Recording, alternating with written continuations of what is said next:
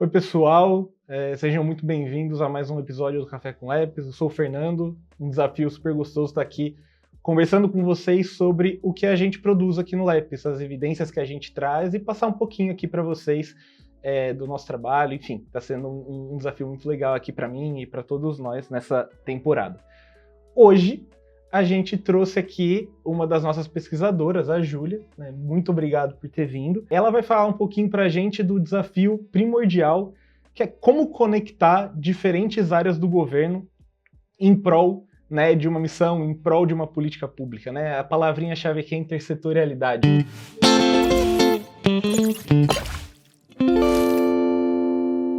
Queria já fazer as honras, né, dar as boas-vindas, se você quiser se apresentar um pouquinho e falar pra gente, né, pra quem nunca ouviu do termo intersetorialidade, o que ele é, do que se trata.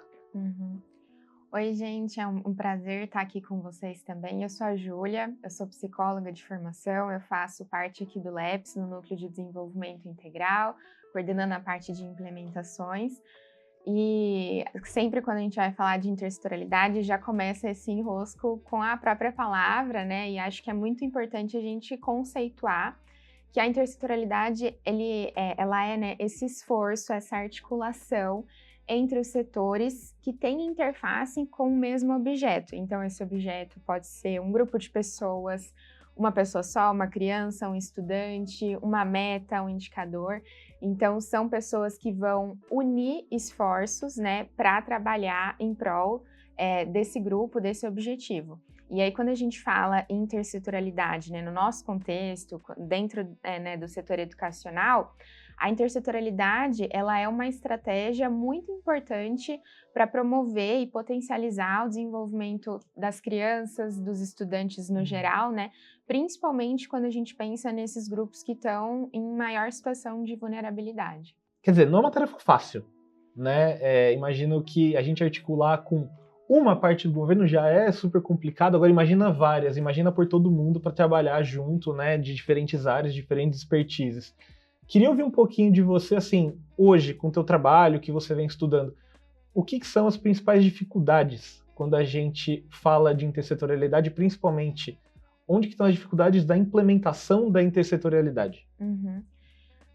Acho que a gente pode organizar, talvez, em duas dimensões, né? Tem as dificuldades institucionais, então, quando a gente pensa nos setores e nas políticas, né? Eles têm as suas próprias burocracias, as suas próprias estratégias de financiamento e as estratégias de comunicação, né? E aí, isso também leva a gente para essa outra dimensão, que é a comunicação desses saberes que eles podem ser potencializados, né? Quando a gente olha de uma forma mais integral para esse estudante, por exemplo, só que a gente precisa fazer essa tarefa de colocar todo mundo no mesmo barco para que o que eu fale você também entenda e eu entenda também quais são as suas dores lá nas políticas de saúde, por exemplo, e que você entenda também as minhas dores aqui dentro das políticas educacional, para que a gente chegue, né, num lugar para a gente ver, a gente está trabalhando dentro dos mesmos, né, objetivos, mas que a gente tem estratégias de governança diferentes e também escopos de responsabilidades diferentes, né? Então, a gente tem as nossas expertises e a gente vai usar elas, né, respeitando os nossos limites também. Entendi, super bacana. Então, assim, a pergunta que não quer calar, né? A pergunta de $1 milhão. A gente tem alguma coisa parecida com isso? Quer dizer, a gente tem alguma política hoje que busca essa intersetorialidade e consegue, né, fazer essa articulação toda, fazer esse Google Tradutor de uma área para outra, né, fazer com que todo mundo se entenda. A gente tem um pouco disso? Pode dar algum exemplo? A gente tem, e aí acho que junto, né, com esse compartilhamento dá para vir o principal desafio. A gente tem a Política Nacional Integrada da Primeira Infância, né, que é recente, de 2025. A gente tem também, né, o Programa Saúde na Escola, que é a nossa maior referência, né, em um programa intersetorial que une principalmente educação e saúde. A gente tem a Política Nacional de Atenção Psicossocial nas Comunidades Escolares e outras estratégias que buscam, né, dentro também do setor educacional, fomentar essa intersetorialidade. A lei, né, dos psicólogos e assistentes sociais nas redes de ensino, embora, né, a gente esteja falando agora, né, de uma equipe multiprofissional, que é trazer esses outros profissionais para esse setor, setor, também são estratégias para a gente fomentar a intersetorialidade. Então, o Brasil tem políticas e tem iniciativas, né? O próprio PSE completou 18 anos ano passado, então é uma política de muitos anos, né, que foi se reformulando. E uma das nossas principais dificuldades, né, vendo, né, as pesquisas de implementação, de que a gente tem de evidências de todos esses programas, é sistematizar todas essas informações, né? É construir um sistema único e integrado para a gente ver que evidências a gente tem nesses processos, como que esses atores estão de fato conversando e se propondo a persistir por esse mesmo objetivo, né? Esse desenvolvimento integral e saudável dos estudantes, e onde que a gente vê todas essas informações, né? A intersetorialidade, ela pode ser caracterizada como um processo de trabalho. E o usual não é a gente trabalhar dessa forma. A gente gosta, por algum motivo, de trabalhar de uma forma setorizada, né, dentro dos nossos setores. Então, o nosso principal desafio é mudar essa chave, e aí é um processo muito mais organizacional e cultural para a gente rever, tá? Então, como que a gente está hoje? Vimos a casa, como que essa casa está arrumada hoje? E que aí também é uma estratégia de reorganizar essa casa para esse trabalho ser, de fato, mais articulado e mais colaborativo. Então, a gente tem tanto esses desafios de sistematizar para a gente conseguir monitorar e acompanhar essas políticas, como que a gente está fazendo elas a nível Brasil, e também, né, de reforçar um pouco essa cultura mais colaborativa, né, que é dar alguns passos atrás e, de fato, né, saber que vai dar trabalho, colocar todo mundo junto e conversar e até todo mundo se entender para ver, então, como que a gente pode agir. Entendi. Mas se você falou uma palavrinha-chave aqui, eu fiquei pensando, porque você falou como que monitora, né, esse esforço, e principalmente como que a gente tem indicativos se uma política intersetorial está dando certo ou está dando errado. E aí, na minha cabeça, por mais que você tenha falado de que a gente está falando de um processo e que intersetorialidade está representada no processo, mas na minha cabeça, eu fiquei me perguntando sobre como a gente mede o sucesso intersetorial. Porque, né, se a gente parar para pensar, a educação tem suas metas, a saúde tem suas metas, a assistência social tem suas metas. E quando você coloca todo mundo para trabalhar junto, as metas setoriais já não importam tanto mais. Quer dizer, como que a gente busca, então, metas ou objetivos comuns e como que a gente fixa isso, né, no dia a dia do trabalho desses setores.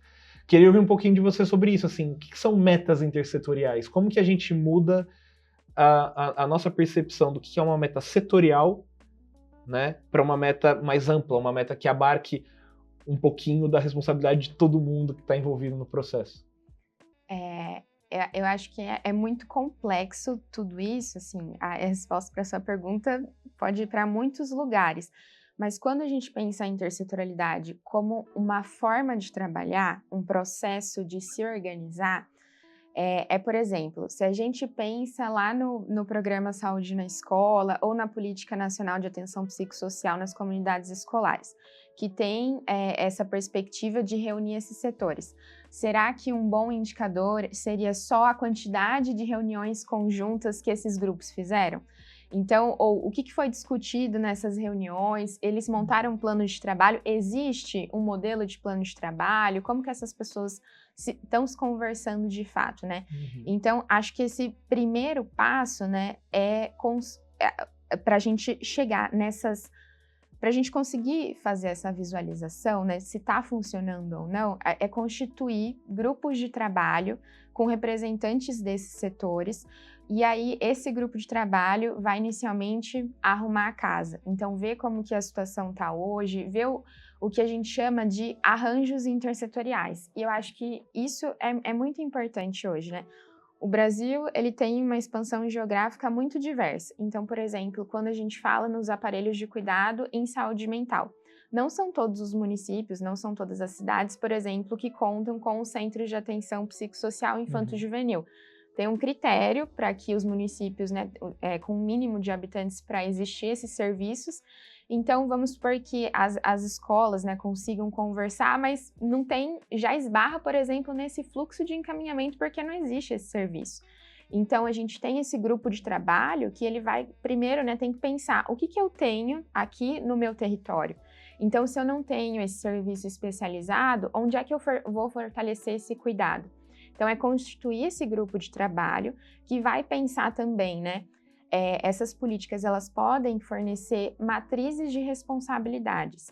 Então, que vão cascatear, né, esses níveis de governança e de ações que cada grupo vai ser responsável. Então, eu construir esse grupo de trabalho a nível estadual. E aí eu preciso constituir esses grupos de trabalho a nível municipal e também a nível território, né? Quem está lá no dia a dia da escola.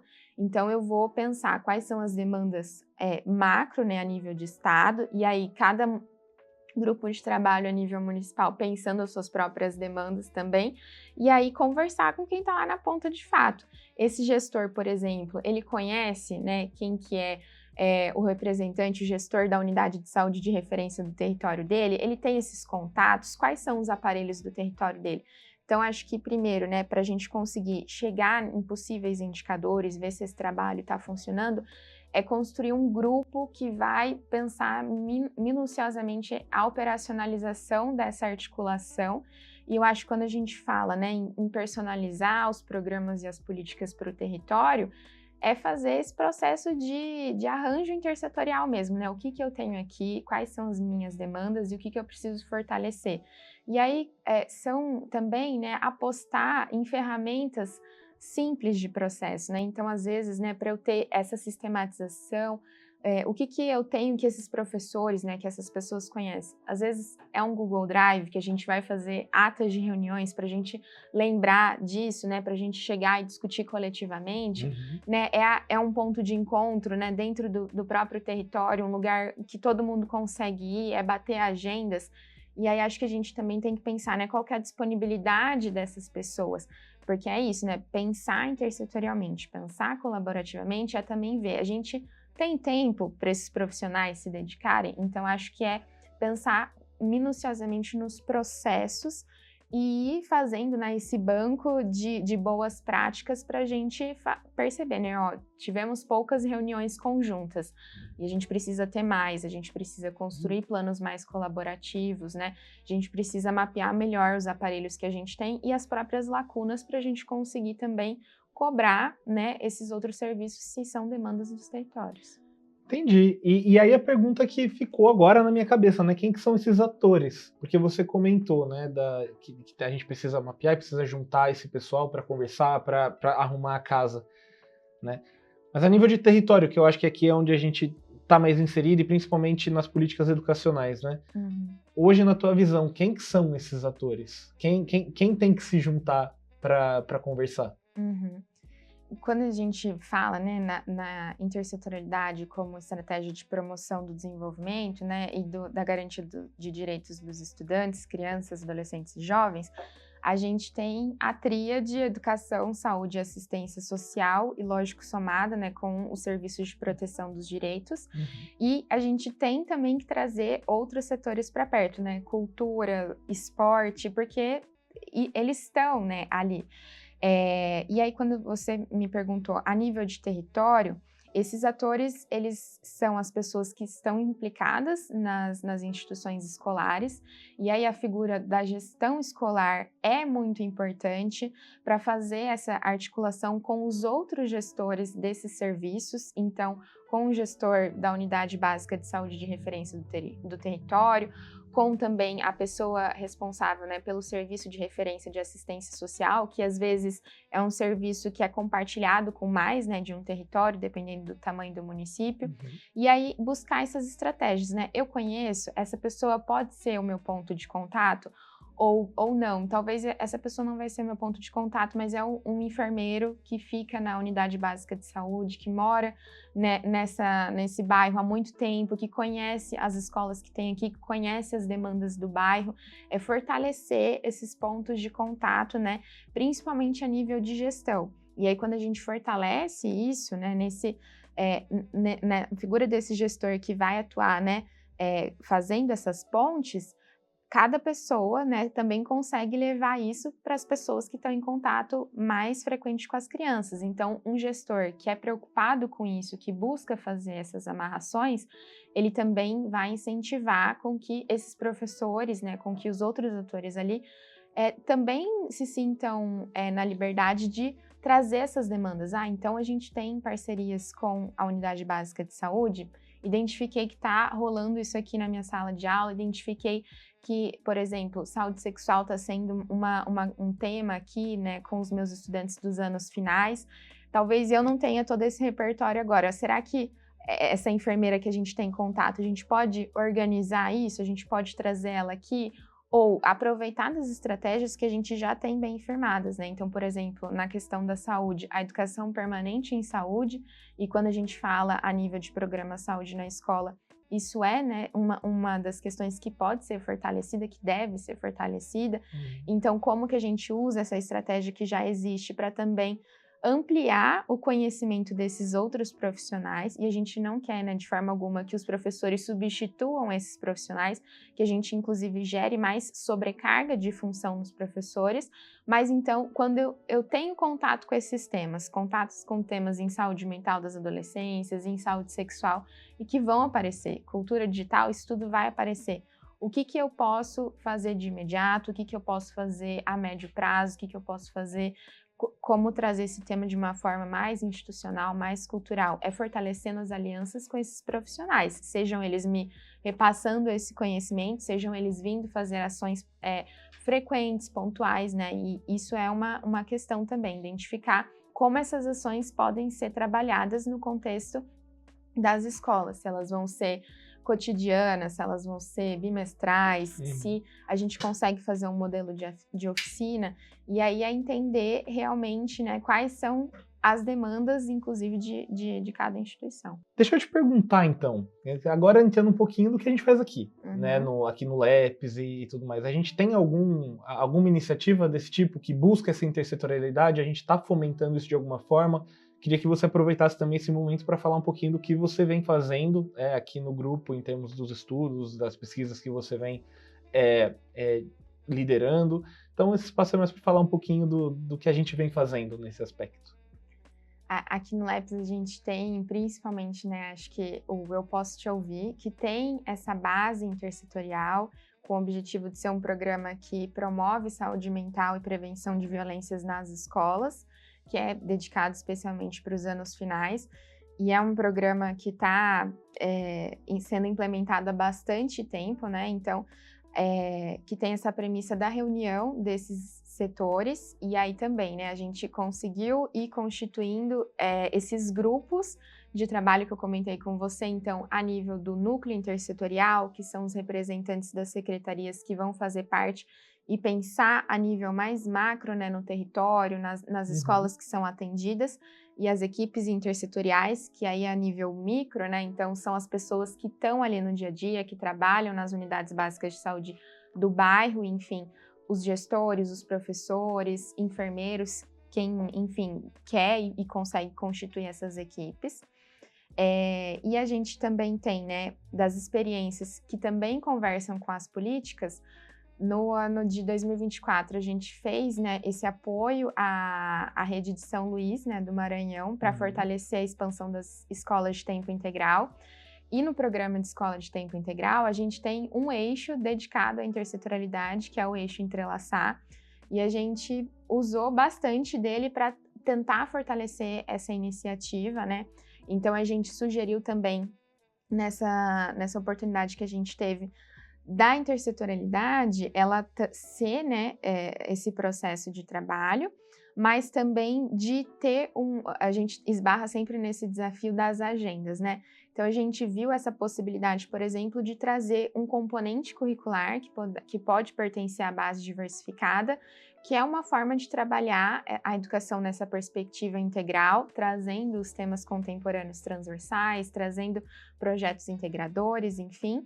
E isso alocado já no tempo de aula, né, dos estudantes, e aí que é uma possibilidade para esses professores, principalmente para a gestão, ir amarrando, costurando essas pontes, né, com os outros setores e usar desse momento, né, então, para trazer os temas que eles julgarem necessários a partir das demandas.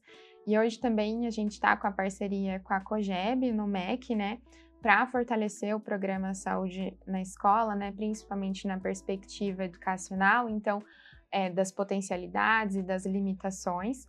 E aí a nossa ideia foi construir, né, um caderno destinado principalmente para os gestores e os professores, que diz respeito a como implementar os eixos temáticos do programa Saúde na Escola.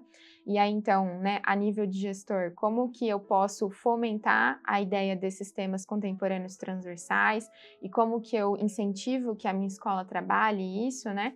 E para os professores também trazer essa ideia de que de alinhamento com a BNCC para eles se reconhecerem. Então, isso eu já faço isso, eu posso trabalhar isso dessa forma, eu posso trabalhar isso conectado com essa habilidade, né? Ou eu posso trabalhar isso conectado com esse campo de experiência, fornecendo mesmo matrizes curriculares que a gente construiu para todas as etapas, né? Desde a educação infantil até o ensino médio, para esses professores terem esse material e também, né, reconhecerem na dimensão que a gente construiu, né?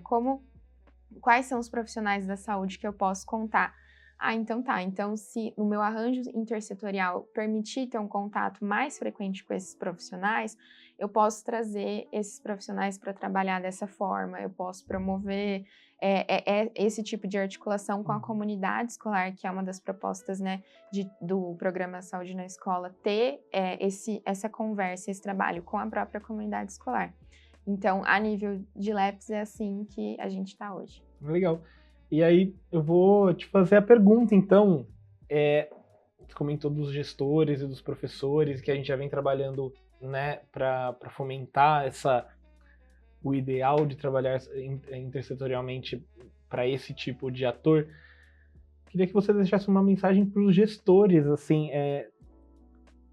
o primeiro passo para trabalhar intersetorialmente. Quais seriam o caminho das pedras? A gente já tem isso hoje, não tem? Como é que... Uhum.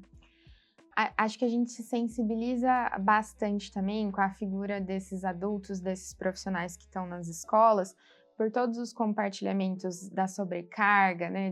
Da gente sabe que alguns contextos não são tão favoráveis, às vezes, para trabalhar esses temas, essas tensões que vão aparecer, e a escola é o lugar mais propício para aparecer essas tensões sociais e de demandas diversas, né? Então, eu acho que quando a gente pensa nos nossos projetos e nas nossas articulações com essas pessoas, é empoderar essas pessoas para vocês conhecerem o que existe e cobrar quando não existe, né? Então, acho que quando a gente fala, por exemplo, de usar o recurso do PDDE, de verificar, né, se o município, se o estado está aderido a determinada política, porque isso também viabiliza o uso desses recursos financeiros, né? Então, poxa, descobri que a minha escola está aderida ao programa Saúde na Escola, o que isso significa? Como que eu posso usar disso, né? Então, eu tenho um contato para que a escola ela não seja só locus de atuação, que ela seja parte e aí a gente entra numa outra coisa que a gente compartilha muito aqui, que é a corresponsabilização. Então, a escola ela não pode só receber essas ações, né? Então, e estar ali, né, sem uma participação ativa, mas essas pessoas têm que estar munidas de informação, elas também têm que participar das decisões, elas também têm que conversar com os estudantes para eles se sentirem partes dessas decisões, e acho que uma estratégia é que a gente faz, né, essa conversa para trazer esse gestor para reforçar o quanto que ele é importante, o quanto que ele vai atuar, né, numa coisa meio de maestro mesmo, né? Então, conheça o que te fortalece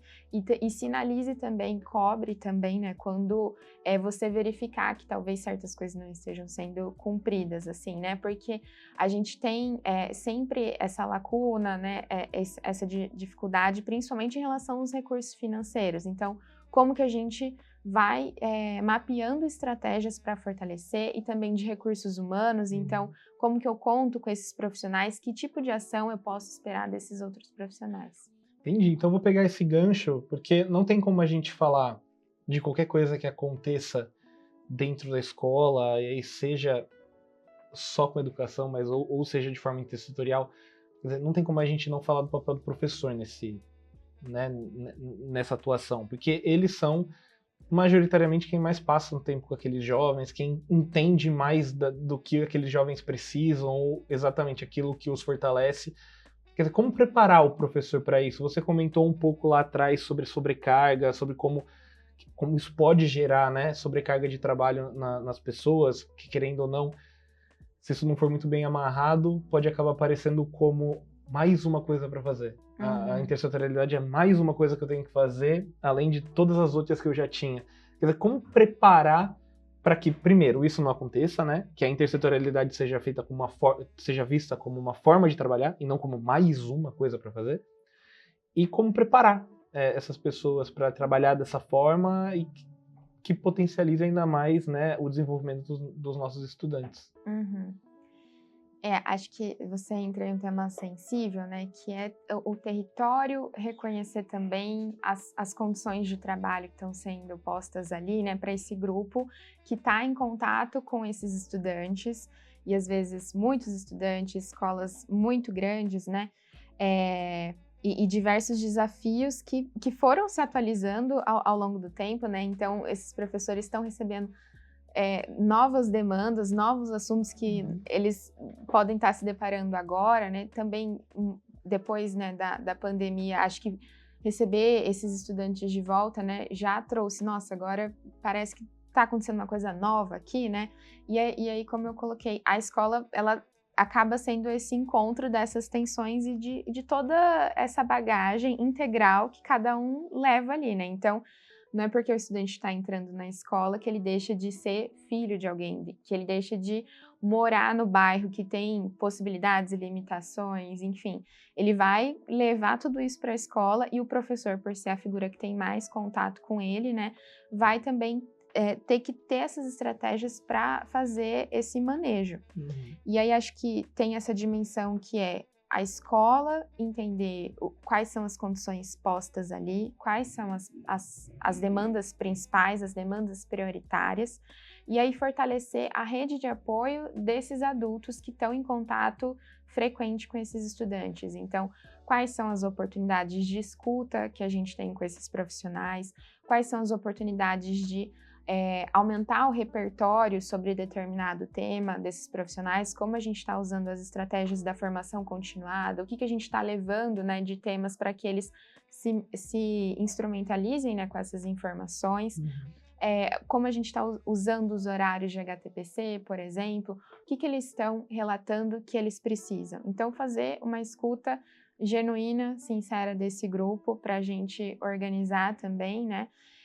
E aí também começar a fazer esse compartilhamento sobre esse trabalho que, como eu comentei, por ele não ser o nosso mais usual, a gente precisa desse momento primeiro para falar, então quais são as suas dores aí na saúde, quais são as minhas dores aqui na educação, e a gente entender quais são as minhas possibilidades, quais são as minhas limitações, como que a gente se corresponsabiliza, então também fornecer essas informações para o professor, né? Então, você pode contar com esse agente de saúde, você pode contar com esse outro grupo de professor, você pode contar acho que a estratégia é essa, né? Fortalecer rede de apoio, e com isso também a gente fala, né? Fortalecer informações, né? Para ele lidar com essas novas demandas que a escola está colocando, com as demandas e os compartilhamentos dos estudantes, da família, né, para ele se sentir apoiado, para ele não se sentir sobrecarregado. Entendi. E pelo que a minha produção está aqui falando no meu ponto imaginário, estamos nos encaminhando para o final, né, dessa conversa. Queria agradecer super sua presença aqui. Queria agradecer todo mundo que está assistindo, né, por estar aqui acompanhando o que a gente vem fazendo. Mas eu não posso deixar de fazer uma última pergunta, né? E aproveitar para você também se despedir e, enfim. Mas para onde esse debate está indo e quais são os próximos passos do que a gente vem fazendo aqui no LEPES para contribuir com esse debate? Já deixo também aberto para você fazer sua despedida. E é isso. Eu acho que a gente também está curioso para onde o Brasil está rumando para essas políticas intersetoriais, esses programas, né? Então, a gente está tendo os primeiros passos da implementação da Política Nacional de Atenção Psicossocial, a gente está tendo movimentos com o próprio programa Saúde na Escola, né? O Fortalece PSE, a parceria que a gente tem, fazendo as escutas, né, dos técnicos estaduais que implementam o programa. A gente também está vendo uma iniciativa, né, de territórios que estão fazendo a adesão, né, de psicólogos e profissionais do serviço social nas redes de ensino. E aí acho que a gente também, né, está curioso para ver, primeiro, né, como isso vai ser sistematizado, quais são as evidências que a gente vai ver, né, a partir dessa implementação, quais são os pontos de convergência dos territórios, o que a gente está vendo de lacuna. Aqui, né, no LEPS, nos nossos projetos, a gente também entendeu que fortalecer a entrada desses atores dentro das redes de ensino, do setor educacional, então ter psicólogos, ter profissionais da assistência social, né, que vão trabalhar ali e constituir essas equipes multiprofissionais também é uma estratégia para vocês, né, fomentarem a intersetorialidade, porque são profissionais que conseguem também pensar nessas estratégias, nessas amarrações. E aí acho que a gente está colocando isso, né, nos nossos projetos, no próprio Eu Posso Te Ouvir, e também em outras movimentações, né, que a gente está fazendo. Eu acho que é um pouco assim que a gente está, e vou aproveitar também para me despedir. Obrigada, Fernando, pela entrevista, pelas conversas. Obrigada, pessoal, por terem assistido. E é isso. Fiquem de olho nas nossas redes, fiquem de olho no que a gente vem fazendo. Até o próximo episódio aqui do Café com Leps. Abraço. Corta.